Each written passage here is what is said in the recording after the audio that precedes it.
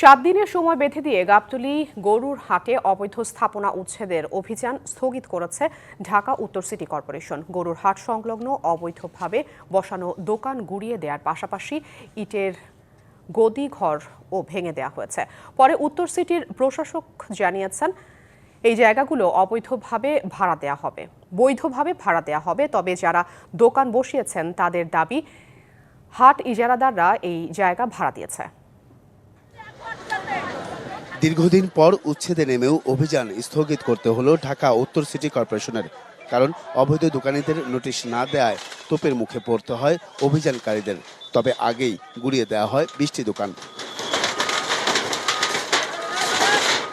গাবতলী থেকে BGB market পর্যন্ত পুরো জায়গা জুড়ে অবৈধভাবে গড়ে তোলা হয়েছে ইট, বালি, সিমেন্ট, রড ও পাথরের গদিঘর।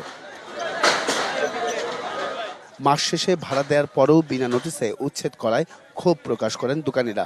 অবৈধ জায়গা ঠিক আছে, আমরা জানি যে 28 তারিখ পর্যন্ত শেষ। তো ওনারা বলছে এটা, ওনারা বা আমরা নিজেরা বলছি যে এটা আমরা সরকার থেকে আবার লিজ আনার চেষ্টা করবো বা আনবো।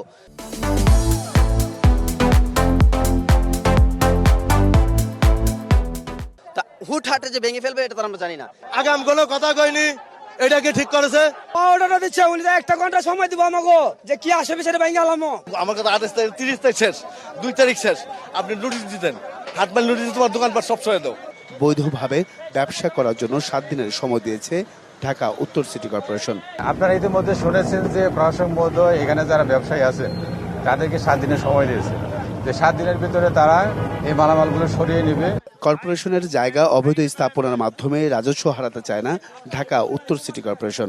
এগুলোকে কনভার্ট করে যেগুলো পার্ক এবং ওপেন স্পেস আছে সেগুলো ঢাকার প্রত্যেকটি মানুষের এটির অধিকার। একটি পয়সাও সিটি কর্পোরেশনকে ভাড়া দিচ্ছেন না। তো সুতরাং এখানে যখন দখল হয়েছে, সেই দখলও আমাদেরকে না জানিয়ে করেছেন। স্বাভাবিকভাবেই আমরা আমাদের দখলকে পুনরুদ্ধার করতে এসেছি। গাবতলী হাট এলাকায় 30 একর ও পুরো বেড়িবাঁধ এলাকায় 150 একর জায়গা অবৈধভাবে দখলে আছে। Ariful Islam, DBC news, Dhaka.